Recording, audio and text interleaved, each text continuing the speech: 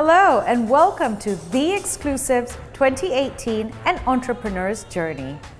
I'm Renika Sharma, your host on this brand new and exciting show on ZTV. It's 2018, a brand new year and a whole new world. From barter trading to cryptocurrency, the means by which we exchange has changed dramatically. In today's millennial rat race, it is all about the survival of the fittest. And on this show, The Exclusives 2018, we're going to be introducing you to businesses and entrepreneurs who capture that essence. We'll be taking you through the journeys of businesses who've grown organically or via mergers and acquisitions to reach the top of their game. Our first guest today is Kenneth Kam, Forex trader extraordinaire and best-selling author, who at heart is driven by philanthropy. It is said that opportunity favors the prepared mind, and Kenneth really encapsulates this. And today he stands very close to what he once deemed a vision, which is to be the pension fund for the world.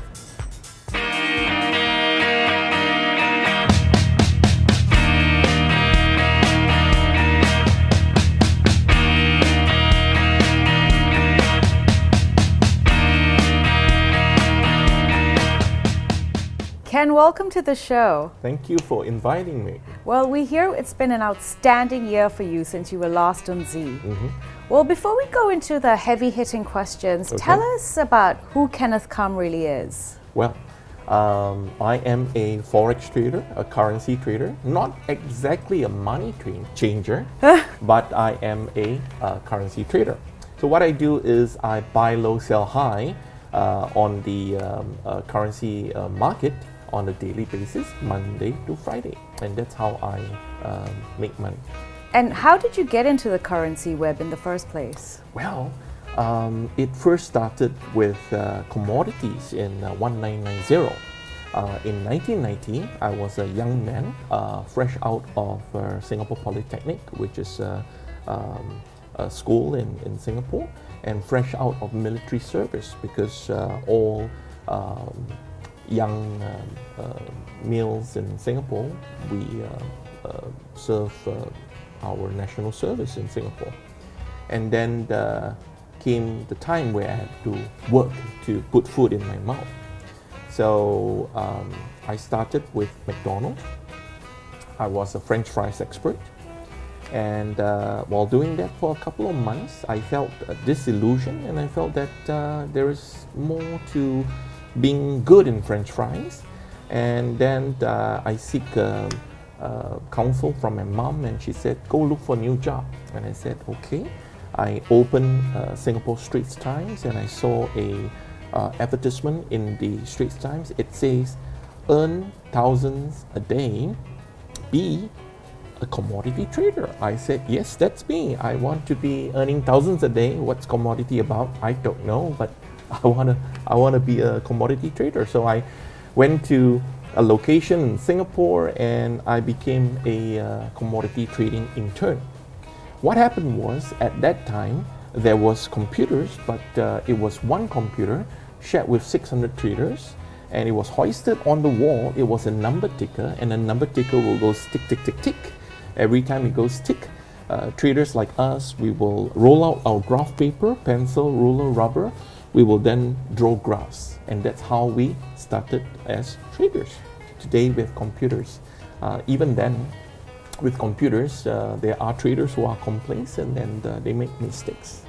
So for me, coming from pen and paper kind of a plotting, I tend to make less mistakes, right? And that's how I started. Well, you've really grown from a French fry tosser. What is it like today working for you or with you? What's your business like?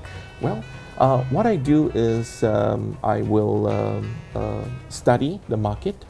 It's the same as what I did 20, 30 years back. What I would do is basically I will do heavy technical analysis, which is looking at the charts for opportunities to buy low and sell high, or to sell high and buy low, because that's how a trader earns money. We make the difference. Right. And I will then scour the markets for opportunities to do in-depth fundamental analysis, news reports, reports from the White House, the central government, the central bank, and then make my decisions on whether this market is moving up or down and catch the waves accordingly so that then I can make the difference accordingly. So this is on a Monday to Friday, 24 hours basis, but yes, I do sleep 8 hours to 10 hours a day, and most of the time it's about study and reviews and the clicking to buy to sell. It's just a fraction of a second kind of thing, and that's what we do. Right, that's very insightful. So Ken, tell us about your company. Well, this year has been a wonderful year, a year of transition, as I transit from a private trader into a private fund. So earlier this year, what I did was I established a company in Singapore for the purpose of positioning it as a fund managing company. And then I established a few other companies in other countries, including Mauritius and in Hong Kong. Why Mauritius? Because Mauritius is the Switzerland of Africa, whereas Singapore is the Switzerland of Asia, and Hong Kong is the gateway to China. Right? So these are the three financial centers, business-friendly environments that I choose to be in.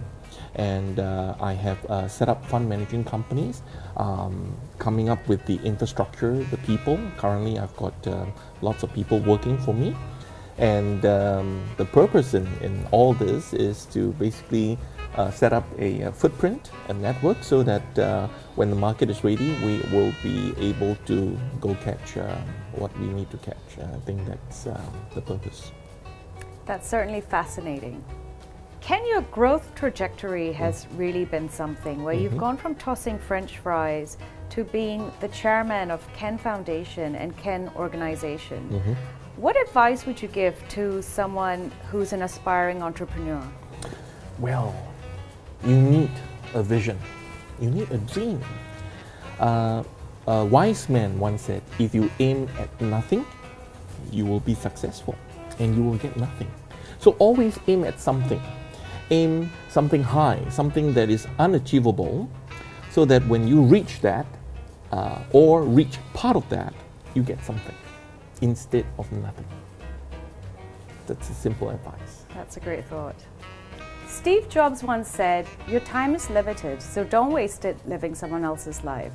Ken is certainly doing that. When we come back, much more insights from Ken.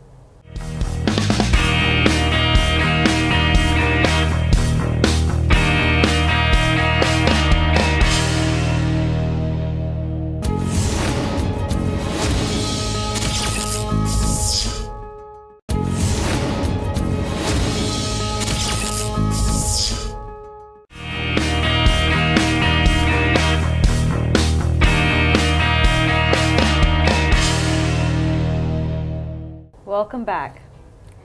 Ken, let's move on. You have a relationship with UNESCO. How did that come about and what do you do with them? Well, in July this year, on the 7th of July, 070717, what happened is I incorporated Ken Foundation in Mauritius. And on the 28th of July, in Mauritius, we launched Ken Foundation and we launched our book in Mauritius. And what happened is I invited a blind Mauritian girl to sing for me during the ceremony. Right. And what we discovered is this blind girl is Jane Constance, and she was the Kids' Voice champion 2 years ago when she was 15 years old. So now Jane Constance is 17 years old. And Jane became UNESCO's Artist for Peace in September.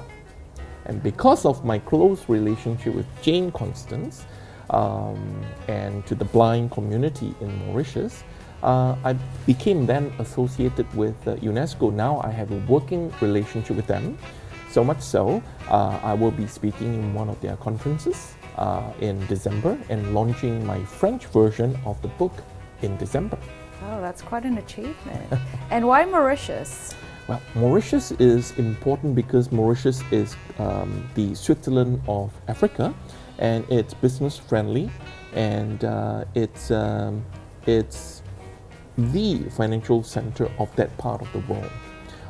And Africa is something that is close to my heart because Africa has lots of people with lots of needs. So that's why we chose Mauritius as the place to incorporate Ken Foundation. Right. And you always stress on being a pension fund for the world, not of the world. Okay. Tell us more about that. Well, my life's vision and mission is to become the pension fund for the world, not of the world, because I don't feel that this is just a product of the world. But I want to create a product so that then I can contribute to the world. So that's why the pension fund for this world. That's the difference. Right, that's very noble. A buzzword we keep hearing today, fintech. What is it? Because I don't really have a sense of what it is, but you seem to. Well, fintech is financial technology. Fintech is big right now because of the use of computers, and especially on the development of artificial intelligence and deep learning. Now we've got computers doing thinking for us, right?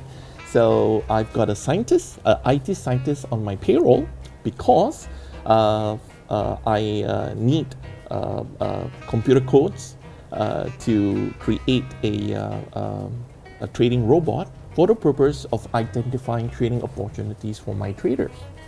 So the IT scientist's role is basically to use artificial intelligence, deep learning, using strategies of high frequency trading, and maybe eventually we'll get hold of a quantum computer. And then trading will be very much easier. So I'm setting up a trading firm of the future, not a traditional trading firm. So it's not going to be how many traders you're going to have, but how smart your codes are to help the traders go get whatever profits there are in the market. So is there a link between fintech and blockchain technology? Yes, blockchain technology is now the future. We're talking about cryptocurrencies. Well, the difference between currencies that are legit and currencies that are issued by individuals and companies is that currencies are legal tenders. If it is issued by governments, by countries, it's okay because it's known as legal tenders. But if it is issued by organizations and companies and people, it's monopoly money. It's casino chips. Right. So you've got to know the difference between cryptocurrencies. Governments are now exploring blockchain cryptocurrencies because it will be the future. We're even talking about banking disappearing in 5 years because of blockchain technology. And why is that so? Well, what is the market talk nowadays is banks are basically trusted intermediaries. With blockchain technology, where you can block the chain of commands between two paying parties, party A paying party B, the chains are being blocked in such a way there is no way to interfere or to decrypt whatever that is being transacted. So with that kind of technology, why would we need trusted intermediaries? So banks need to reposition and think what is the future for them, because this is a technology that could wipe banking industry or disrupt banking industry. Well, it sounds like it'll disrupt the financial markets of the world as It well. It is already disrupting the financial markets of the world. So what are they doing to address this? Well, governments around the world, they're trying to perhaps thinking of regulating it, banning it like China, and then regretting their decisions later on. And financial hubs like Singapore, what we are doing right now is we are not banning cryptocurrencies, but we are regulating it with a light hand, meaning we are monitoring possible money laundering, but embracing the technology as it is, because blockchain is the future. Ken, we live in such a dynamic environment today with things changing so quickly. Do you think 10 years from now we'll still require legal tender, or do you think the initial coin offerings that are out and about will completely replace what we use as cash today? Well, if you talk about the evolution of money, money came from barter trades to stones, to jades, to gold, to diamonds, to paper currencies, and to digital currencies. Now we're talking about cryptocurrencies, currencies that are crypted, that you cannot change the value. It's in a ledger. So this is going to be the future. So yes, there will still need for money, because money is a tool that human beings use for the purpose of exchanging goods and values. I mean, we're not going to go back to the days where I have a chicken, you have a goat, and we're going to negotiate how we're going to equate that value. 2 chickens versus 1 goat, or 3, it's going to be a difficult thing. So legal tender still needs to be around, but in a different form, in a cryptid currency form. As long as currencies are legal tendered, issued by a government or country, I think it's fine. And I think that's what countries around the world are doing. But remember, if it is issued by an individual, it's no difference from having casino chips in your hands or monopoly money. Right? So that's the concept of money in itself. Legal tender, legalized currencies. And so you think governments are going to have to change regulations and be more embracing of these cryptocurrencies? Yes, I think blockchain technology, especially smart contracts, will change the world and make this world a better place, where everyone will then use the technology for advancement of humankind. Kenneth, I think we owe you a break after all this talk on technology and regulations. Okay. When we come back, we're going to get a quick glimpse into Kenneth's quick thinking abilities.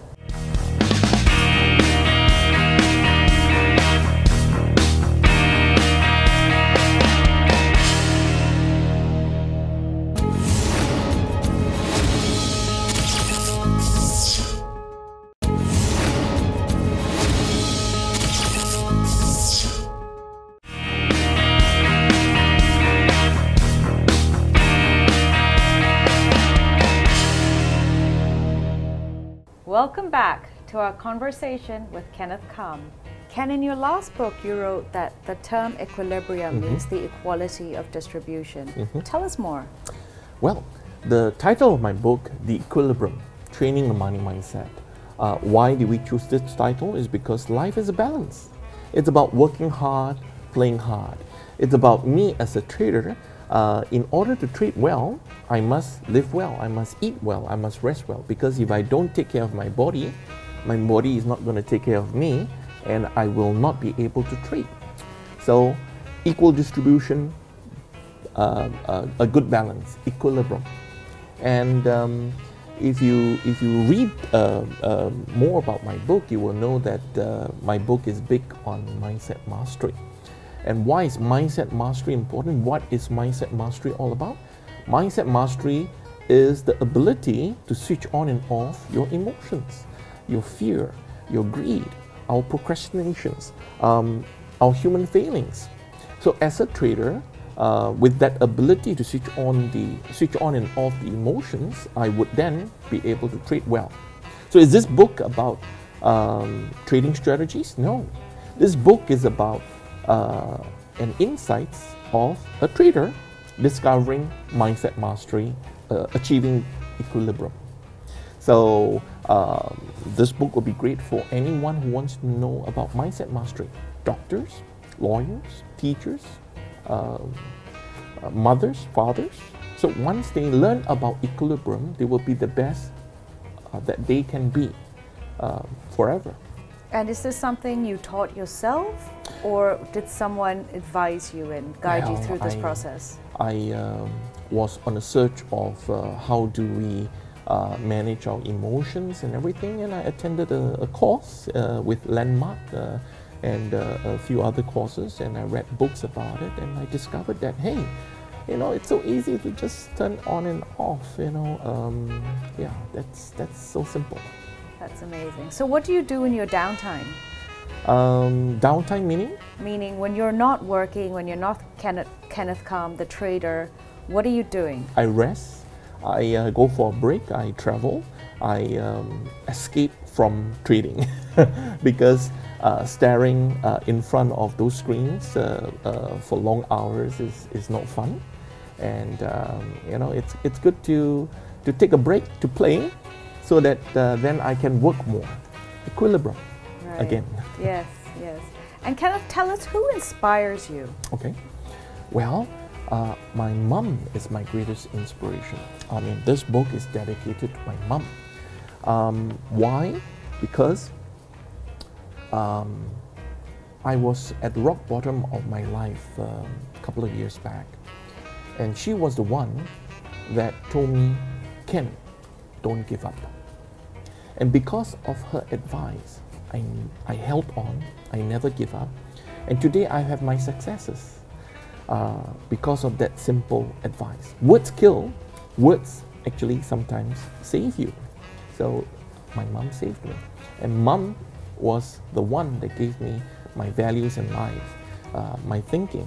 She taught me how to speak when I was young. So I'm indebted to my parents, not just my mom, my father too. Ken, you've mentioned this pension fund for the world a few times. Why is this so important to you? Well, Elon Musk last year mentioned that robots are replacing humans in factories, and we should explore this concept of a basic universal income. And then Bill Gates, a couple of months later, mentioned that we should explore taxing the robots because robots are replacing humans in factories. And then this year, Mark Zuckerberg, the founder of Facebook, mentioned that we should now, as a humankind, explore basic universal income because we have the capability, the infrastructure, the financial ability to do so. We only lack the will. Well, every one of these great people mentioned about basic universal income. None of them showed us how. With the pension fund for this world, this is a simple way to provide basic universal income to as many people as possible in this world. I will be just one player. There will be many more players who are inspired by this concept of basic universal income and will do similar to what I do. Governments could also provide basic universal income, but they need to tax people. What are they going to do? Tax people to death? Right? So players like me, we could provide a private organization kind of a solution to this. And why is basic universal income important? Well, with the ability to have enough money to pay for your rent, your food, your traveling, to survive for all human beings on earth, why would there be war? Why would there be strife anymore? There is no need for war, for strife, because distribution of wealth is now basic, universally distributed around the world. And of course, if you want more money, if you want more luxurious life, work for it. But the concept of basic universal income is something that I think humankinds are ready for. And with the onset of technology, especially blockchain technology, micropayments, I am happy to let you know, yes, we are looking at the crossroad of what money is in the future, and we are looking at the crossroad of human species going into the next step of pursuing what we want to do rather than what we have to do to stay alive, because by then basic universal income would have covered everyone. Well, I look forward to the day when your vision is a reality. It's coming. It's coming. And you mentioned you hit rock bottom. Yes. What attributes do you have that you think allowed you to crawl out of that rock bottom scenario? Well, perseverance, having a vision. See, when I hit rock bottom, it was because of my age. I was an overpaid professional, and no one wanted to hire me when I was 45, middle age. And because they could actually get younger people at a cheaper salary, and I was outcompeted. So naturally, I was retrenched 5 years ago when I was 45 years old. And when I was retrenched, what happened was I had to fend for myself. And to fend for myself, because I was already trading part-time for 20 over years, I decided, hey, why not do trading full-time? So I took up 10,000 of my savings and I started trading, and that's how my portfolio grew from then, and I never looked back from then. So I discovered that I could give myself a fixed return from my trades, and later on, when I had clients, I realized I could give a fixed return to my clients.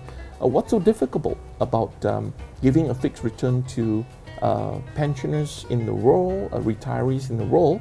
And that's why I have this plan to become, this vision to become the pension fund for this world.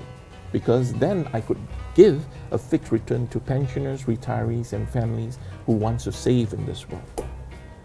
Are you ready to have some fun and test your wits? Sure, let's do it. All right, name a song about the Big Apple. Frank Sinatra, New York, New York. If you had to pick the eighth wonder of the world, what would it be? Einstein once said, the eighth wonder of the world is compounding. He who understands it gains from it. He who doesn't pays it. I certainly don't. Which country has the world's largest population, India or China? China, they make babies. In Russia, there are 9 million more women than men. True or false? Oh, really? I would think true. True. An individual who gives generous amount of donations to a good cause is called a? Philanthropist. That's right. Who said this? If you can't feed 100 people, just feed one. Mother Teresa. Mother Teresa. Oh, you got it. I didn't even have to give you options. Finish the sentence. Charity begins at? Home. When was the first Nintendo released? 1975, 1985, or 1995? 1975. You got it. Ken Master, Ryu, and Chun-Li are from a game called? Ken Master. Street Fighter. That's right. Ken, you played an amazing game. We wish you all the best in your future endeavors, and thank you for being on the show. Thank you so much. Thank you for watching the first ever episode of The Exclusives 2018. Before I sign off, we'd like to thank our venue partner, Rembrandt Hotels Bangkok. This is Renuka Sharma signing off, and see you next week for more inspiring journeys.